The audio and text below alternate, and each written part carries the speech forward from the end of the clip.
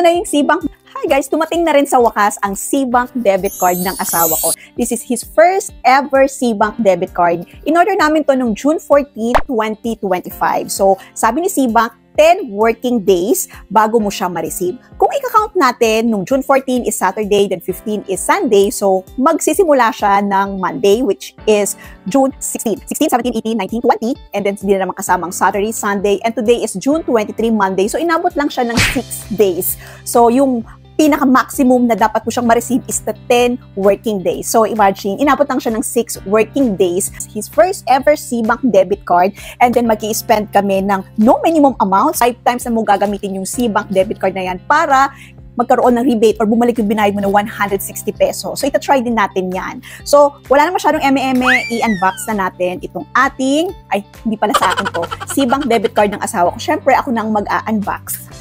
Ang courier ni Cbank is Ninja Van. May nagtatanong kung tatawag ba yung courier or yung rider. Yes, tumawag naman yung rider sa asawa ko. Ito na nga, color orange. Siyempre, color orange yung Cbank debit card. And bubuksan natin yung envelope. Siyempre, ito na.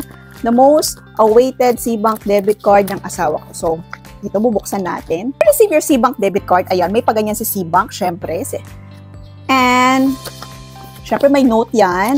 Tcharan! Ito na yung Cbank debit card ng asawa ko. Siyempre, walang label, walang nakalagay na number sa harapan, walang details, kundi nasa app yan. At pinapirma ko na rin sa likod yung Cbank debit card ng asawa ko. And kailangan na natin siyang i-activate para magamit natin siya agad-agad. Para sa mga nagtatanong kung paano siya i-activate, may instruction naman dito sa letter or papel na binigay na kasama ng Cbank debit card na to kung paano siya i-activate. Pero ma-activate mo siya doon mismo sa Cbank app. From your Cbank app, punta lang sa cards and then dito lalabas. So makikita mo yung card. So safe naman siyang ipakita and nakalagay doon is activate now. And you can click naman yung itong physical card.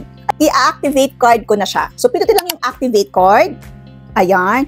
Tapos sabi niya, ayan, ipakita ko na lang ha, takpan ko yung mga dapat takpan. Sabi niya, you can scan QR code. Enter code manually or scan QR code. Scan na lang natin yung QR code. So scan natin. So ayan.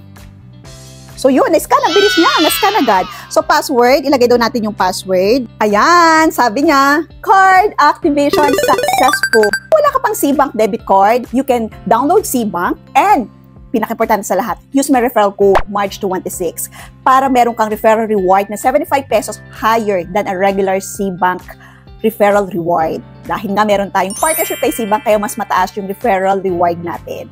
And make sure to hold 1,000 pesos for 3 days or for more.